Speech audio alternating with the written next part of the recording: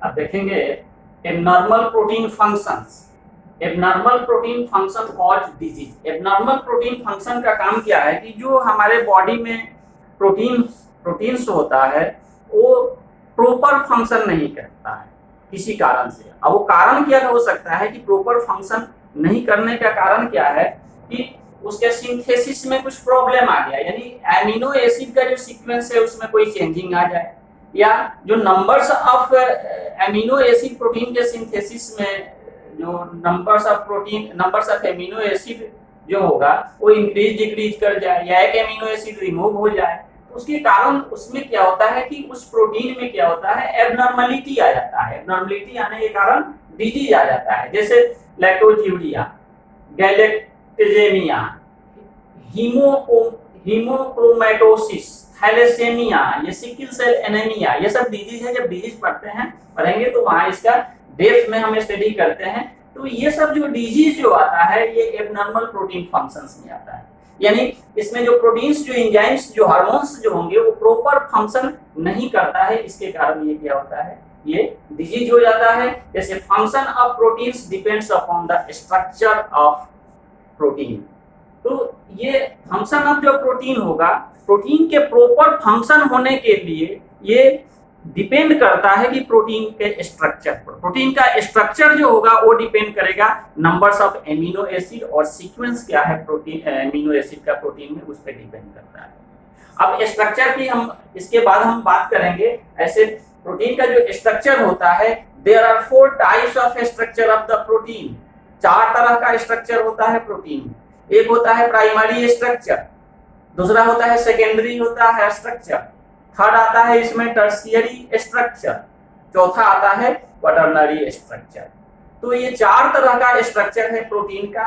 जो ये स्ट्रक्चर जो होता है, मतलब बोल सकते हैं कि the structure of protein is responsible for the chemical property of the protein. Protein का जो प्रॉपर फंक्शन करना है वो डिपेंड करेगा प्रोटीन के स्ट्रक्चर पर, और होता है primary, secondary, tertiary, quaternary structure जो होता है।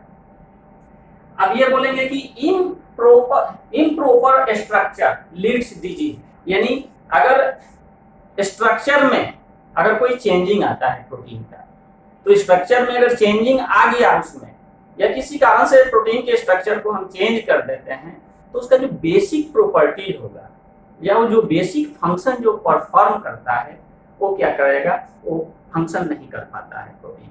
तो उसको हम लोग बोलते हैं प्रायॉन्स डिजीज। उसके कारण उसके फंक्शन में जो एबनॉर्मलिटी आ गया, स्ट्रक्चर में चेंजिंग आने के कारण, उसको हम लोग बोलते हैं प्रायॉन्स डिजीज बोला जाता है।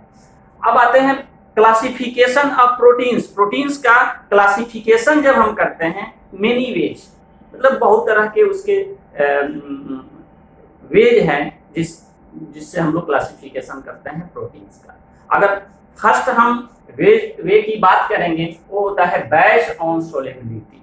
प्रोटीन किसमें डिजल्व होगा, on the basis of that we classify the protein, उसको बोलते हैं बेस्ड ऑन सोलेबिलिटी, मतलब वो किसमें सोलेबल है।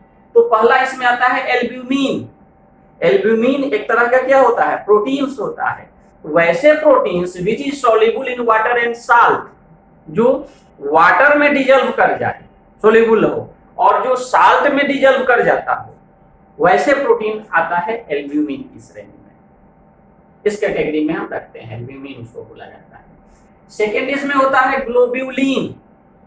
तो ग्लोब्यूलिन जो होता है, इसको हम लोग बोलते हैं ये soluble in salt solution, sparingly soluble in the water, यानी ये साल्ट में तो ग्लोब्यूलिन प्रोटीन जो होगा ये साल्ट में डिजल्व कर जाएगा, लेकिन पार्शियली बोल सकते हैं कि क्या होता है, ये सोल्यूबल इन वाटर। वैसे प्रोटीन को हम लोग बोलते हैं ग्लोब्यूलिन प्रोटीन बोला जाता है। नेक्स्ट इसमें आता है प्रोटामाइंस।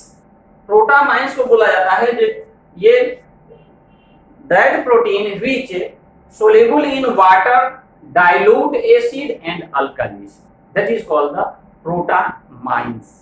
तो वाटर तो समझ रहे हैं, डाइल्यूट एसिड्स तो आता है, और यहाँ अल्कालीज, अल्कालीज या बेस बोल सकते हैं। तो एसिड किसको बोलेंगे, एसिड उसको बोला जाता है कि जिसका पीएच जो है 7 से कम हो, यानी लेस देन 7, उसको हम लोग बोलते हैं पीएच। और जिसका पीएच 7 से ज्यादा होगा उसको हम लोग बोलते हैं अल्कली या बेसिक बोला जाता है। पीएच का मतलब होता है पावर ऑफ हाइड्रोजन या negative logarithm of hydrogen ion.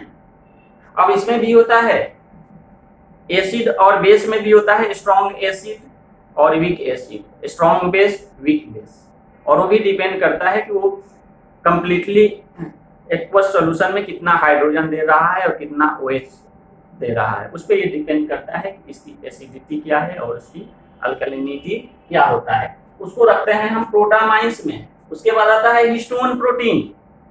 तो हिस्टोन प्रोटीन जो होगा वो डिजॉल्व या soluble in salt solution. Salt का जब हम लोग सॉल्यूशन बनाते हैं उसमें डिजॉल्व करता है। साल्ट सॉल्यूशन मतलब क्या होता है, सोडियम क्लोराइड NaCl का अगर सॉल्यूशन हो तो उसमें ये क्या कर जाता है, डिजॉल्व कर जाता है। जैसे हिस्टोन प्रोटीन अभी हम लोग पिछले क्लास में देखा था कि सेल का जब हम स्ट्रक्चर देखते हैं तो सेल के स्ट्रक्चर में क्या होता है कि जो न्यूक्लियस होगा, ये सेल में जो ये न्यूक्लियस होगा इसमें क्रोमोसोम होता है, और ये जो क्रोमोसोम होगा ये क्रोमोसोम्स इसमें होता है, और कितना होता है, वुमेन में होता है 46 यानी 23 पेयर्स। और ये 23 पेयर्स, क्रोमो मिस होता है कलर और जोमा मिस होता है थ्रेड। जब इस सेल को हम स्टेनिंग करके इसको हम लोग जब देखते हैं तो ये कलर लाइक, ये थ्रेड लाइक स्ट्रक्चर दिखेगा और कलरफुल दिखता है, तो इसीलिए इसका नाम पड़ा क्रोमोसोम। और क्रोमोसोम को बोला जाता है कि chromosomes are made up of histone protein and DNA.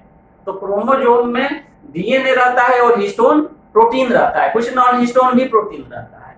तो यहाँ जो ये हिस्टोन प्रोटीन की हम डिस्कशन जो कर रहे हैं, ये क्या होता है, साल्ट सॉल्यूशन। ये साल्ट का सॉल्यूशन होगा उसमें डिजॉल्व कर जाता है। तो ये हुआ classification of protein based on the solubility.